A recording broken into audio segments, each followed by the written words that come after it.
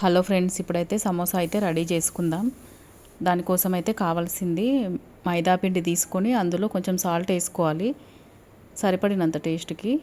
ఇంకా కొంచెం నూనె వేసుకొని బాగా ఇట్లా ఫస్ట్ కలుపుకోవాలి. తర్వాత వాటర్ పోసుకొని అయితే చపాతీ కంటే కొంచెం గట్టిగా తడుపుకోవాలన్నమాట పిండి. ఇక్కడ చూడండి, నేనైతే మసాలా కోసం అయితే ఉల్లిపాయ ముక్కలు, కొంచెం పసుపు, కొంచెం కారం, ఇంకా కొంచెం సాల్ట్, కొంచెం చాట్ మసాలా ఇవన్నీ వేసి ఇంకా కొత్తిమీర కూడా వేసి బాగా కలుపుకోవాలి. కొత్తిమీర కూడా వేస్తున్నా చూడండి. ఇంకా మొత్తం కలుపుకోవాలి. మనం ఇది సమోసా ప్యాక్ చేయడానికి కొంచెం మైదా పిండి తీసుకొని కొన్ని వాటర్ పోసుకొని పేస్ట్ అయితే చేసుకోవాలి.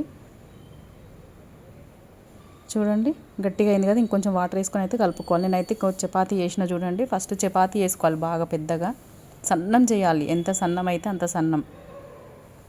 తర్వాత పెనం హీట్ అయిన తర్వాత చూడండి, ఇలా అయితే వేయించుకోవాలి. ఎక్కువ వేయించొద్దు, అటు ఇటు కొంచెం వేయించాలి.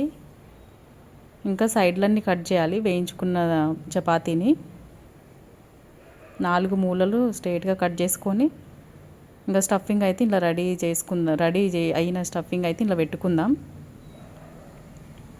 చూడండి, ఇచ్చుకపోకుండా మనమైతే ఇట్లా పేస్ట్ తోటి అయితే కవర్ చేయాలి.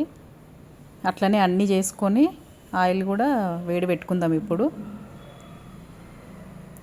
చూడండి, ఆయిల్ కూడా హీట్ అయిపోయింది. అందులో వేస్తున్నా.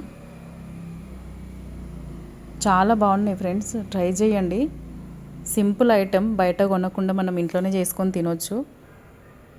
బయట ఏ నూనెలతోటి చేస్తారు కదా, మనమైతే ఇంట్లో మంచిగా ఫ్రెష్గా చేసుకొని తినొచ్చు అన్నమాట. మొత్తం పెద్ద మంట మీద వేయించొద్దు, ఫస్ట్ చిన్న మంట మీద వేయించాలి. మొత్తం వేయించుకోవాలి. అట్లనే వేగిపోయినాయి చూడండి. ఇంకా నేనైతే పచ్చిమిర్చి కూడా వేయించిన. చూడండి, గార్నిష్ అయితే చేసిన, ఎంత బాగున్నాయో. టేస్ట్ కూడా సూపర్ ఉన్నాయి ఫ్రెండ్స్, ట్రై చేయండి, చాలా బాగా వస్తాయి. వీడియో నచ్చితే లైక్ చేయండి ఫ్రెండ్స్. బాయ్.